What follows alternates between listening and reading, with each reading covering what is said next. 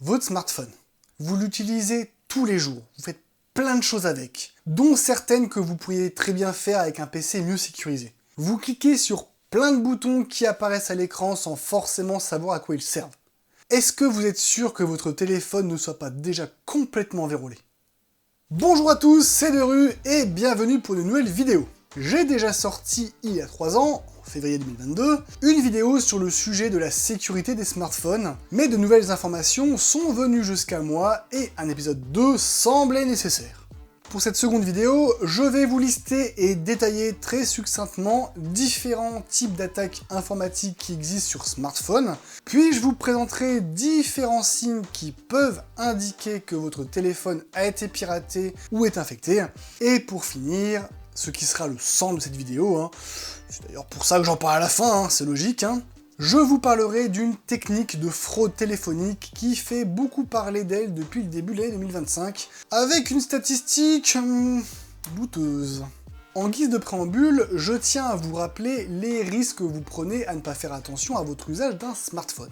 Risque de perte financier, n'oubliez pas que vous avez quasiment tous l'application de votre banque sur votre tel et que vous pouvez être amené à faire des achats en ligne depuis votre téléphone et donc indiquer votre numéro de carte et tout ce qui va avec.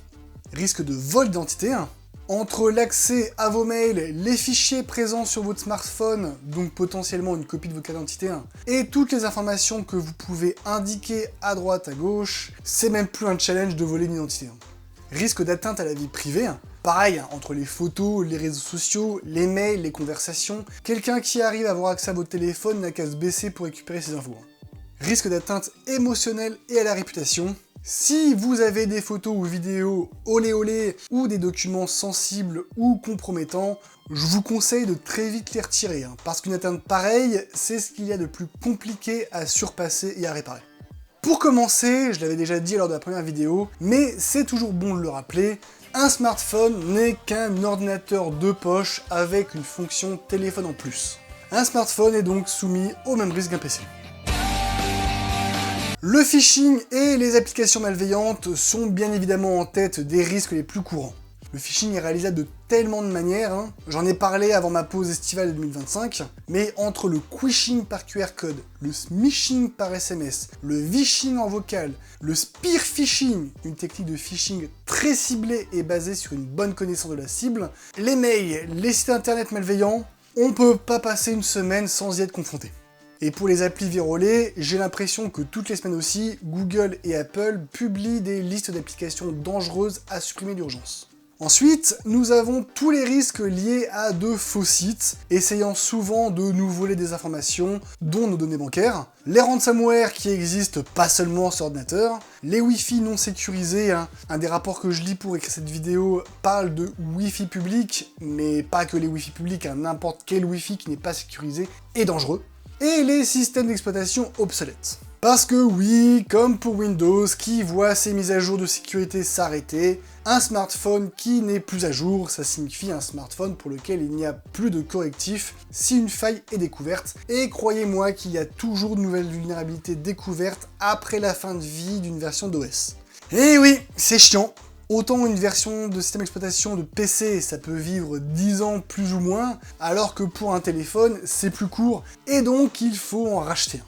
C'est la dure vérité, si on veut un super téléphone high-tech d'un écrit, au lieu de se limiter à un Nokia 3310 et un PC sous Linux.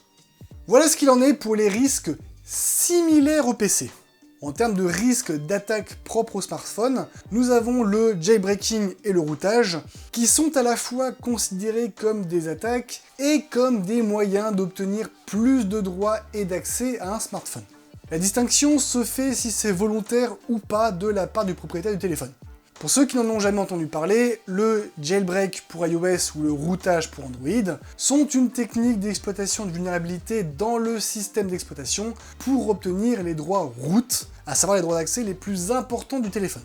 Cela permet généralement d'installer des applications ayant besoin d'accéder directement au noyau de l'OS, et donc, si c'est réalisé par un pirate, il peut avoir un quasi-contrôle total sur le téléphone.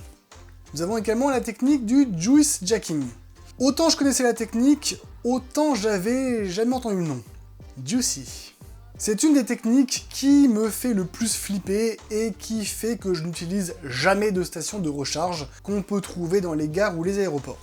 C'est ni plus ni moins que le fait de modifier une station de recharge USB publique pour qu'elle installe des malwares sur les mobiles mis en charge. Voilà, donc je vous encourage à acheter des powerbanks, en plus je vous en ai présenté 2 dans la vidéo sur le matériel de télétravail, pour éviter de brancher vos téléphones n'importe où. Dans le cas où ces attaques-là, et peut-être d'autres que j'ai oubliées, mais qui se basent sur les mêmes principes très informatiques d'un smartphone, les signes qui peuvent témoigner d'un problème de sécurité sont les suivants. Ralentissement du téléphone dû à une activité importante et anormale, voire une surcharge de la bande passante à cause de malware. Le téléphone chauffe beaucoup et rapidement, encore une fois, cela peut être dû à une forte activité indésirable à cause d'un malware. La batterie se décharge plus rapidement que d'habitude, alors pas uniquement une seule fois, mais à plus ou moins long terme suite à l'installation d'une application malveillante qui s'exécute en arrière-plan. Des perturbations de services comme une connexion Wi-Fi instable, des appels qui se coupent, ou la 4G ou 5G qui fait yo-yo. Des fenêtres qui apparaissent et peuvent indiquer la présence d'adware, des logiciels publicitaires. Des sites web qui ont des aspects étranges, ce qui indiquerait qu'un malware sur smartphone vous redirige vers des sites malveillants, ou qui indiquerait directement que vous passez par un routeur Wi-Fi vérolé. Des applications apparaissent, soit installées par une application qui en appelle d'autres, soit par quelqu'un qui a la main sur votre téléphone à distance. Des applications ne fonctionnent plus correctement, je vais arrêter de préciser les causes, c'est toujours la même, un malware qui fout le bordel. Vous recevez des appels ou des SMS étranges. Par cette occasion, je voulais vous rappeler que vous ne pouvez pas être piraté par un appel téléphonique, même via le Wi-Fi, mais que des SMS contenant des liens internet peuvent permettre de vous infecter.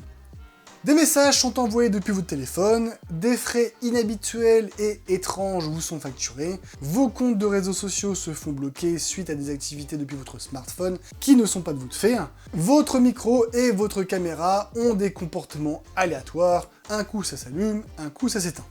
Je pense, mais ce n'est que mon avis, que ça fait quand même beaucoup là, non ?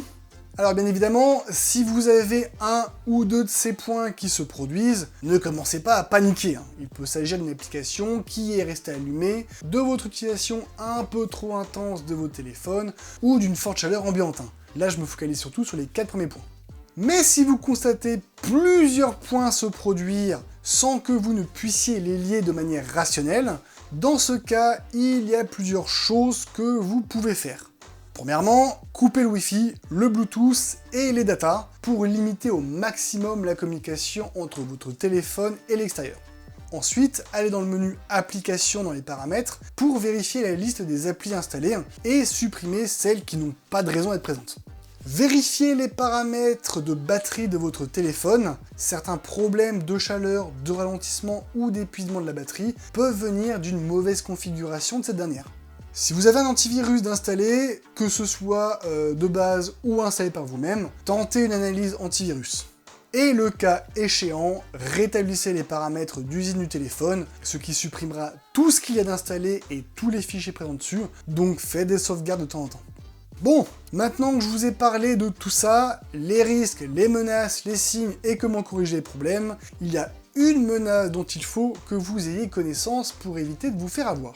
En vrai, il y en a plein d'autres, mais là c'est pas mal d'actualité en juillet-août 2025, d'après tous les articles que j'ai pu trouver. Parlons du SIM swapping, ou l'échange de cartes SIM. Et je vois venir les petits malins là qui se disent mais moi j'ai pas de carte SIM, j'ai une eSIM, donc je peux pas me faire avoir. Perdu petit con, cette technique de fraude fonctionne avec tous les types de SIM. La technique consiste à usurper l'identité d'une victime auprès d'un opérateur téléphonique pour obtenir une nouvelle SIM à son nom. Le nom de la victime, pas le nom du pirate. Une fois la SIM activée, le pirate prend le contrôle du numéro de téléphone et globalement récupère sa vie téléphonique. Appel, SMS et donc SMS d'authentification à usage unique. Mais, rassurez-vous, je sais pas si c'est vraiment rassurant, cette technique va demander énormément de travail de la part de l'attaquant et sera ciblée sur une personne à la fois. Si vous avez été pris pour cible, à votre place je ferai gaffe à mon cul, c'est pas bon signe. Et c'est là-dessus qu'il y a une stat qui me pose problème. Je vous détaillerai plus en détail les étapes par lesquelles un pirate doit passer pour réussir un SIM swapping, mais rien qu'avec ce que je vous ai dit pour le moment, le travail nécessaire est cibler les personnes une par une. Je ne sais pas d'où les articles que j'ai lus sortent leur taux de 60 à 65% des Français qui auraient déjà été ciblés, soit 2 tiers de la population. Je pense qu'on en aurait déjà entendu plus parler et que dans notre entourage, il y aurait eu plusieurs personnes touchées. Il y a l'article du Sud-Ouest qui essaie de se dédouaner en citant un article d'Orange Pro qui lui-même cite un rapport de Kaspersky dont il ne donne pas le lien et que j'ai pas réussi à trouver. Moi, je partirais sur une mauvaise interprétation des chiffres et qu'on serait plutôt sur une quantité de tentatives de SIM swapping qui pourrait représenter une tentative pour les 2 tiers de la population sur le nombre, mais pas forcément sur le ciblage. Pour expliquer plus clairement, selon moi, on serait plus sur, par exemple, 20 tentatives ciblant une seule personne et 10 personnes n'ayant jamais été ciblées. Là, on serait sur du 2 tiers de tentatives et non pas du 2 tiers de victimes. Revenons à nos moutons. Pour espérer la réussite de cette technique, il faut déjà que l'attaquant collecte énormément d'informations sur sa cible. Nom, prénom, adresse, date et lieu de naissance, numéro de téléphone, adresse email, information bancaire, tout ce qui pourrait être nécessaire pour usurper l'identité de la victime. Ensuite, il faut que le pirate réussisse à se faire passer pour sa cible auprès de l'opérateur téléphonique et du bon opérateur et demande l'envoi d'une nouvelle SIM ou l'activation d'une nouvelle eSIM suite à une perte ou à un vol de téléphone. C'est peut-être la partie la plus compliquée parce qu'en plus d'être convaincant, il faut réussir à fournir certaines informations et certains documents. Si cette étape réussit, le pirate prend le contrôle du numéro de téléphone et par la suite peut réussir à s'introduire sur des comptes personnels en recevant des codes d'authentification uniques par SMS. Ça fait des années que je vous emmerde avec l'authentification à plusieurs facteurs, comme avec la réception de SMS, l'utilisation de codes générés par une application ou l'utilisation de moyens physiques comme une clé RSA ou YubiKey. Eh bien aujourd'hui, vous pouvez retirer l'envoi de SMS de cette liste, sauf si vous n'avez pas le choix. Et vous tournez vers des solutions de génération de code comme avec Google Authenticator ou l'utilisation de YubiKey USB-C. Utilisable également sur smartphone, mais ça a un prix et il faut penser à l'avoir toujours sur soi, mais pour le moment ça reste une des solutions de MFA la plus fiable, jusqu'à temps qu'une vulnérabilité soit trouvée. L'informatique c'est toujours qu'une question de temps. Merci d'avoir regardé cette vidéo jusqu'à la fin. Si elle vous a plu, n'hésitez pas à vous abonner si ce n'est pas déjà fait. N'hésitez pas à partager la vidéo pour qu'elle soit vue par un maximum de monde, à cliquer sur le pouce en l'air, à laisser un commentaire si vous avez une question ou une remarque, et à me rejoindre sur les réseaux sociaux. Sur ce, je vous souhaite une bonne nuit, bonne soirée, bonne journée, et n'oubliez pas, la sécurité est l'affaire de tous. Ciao.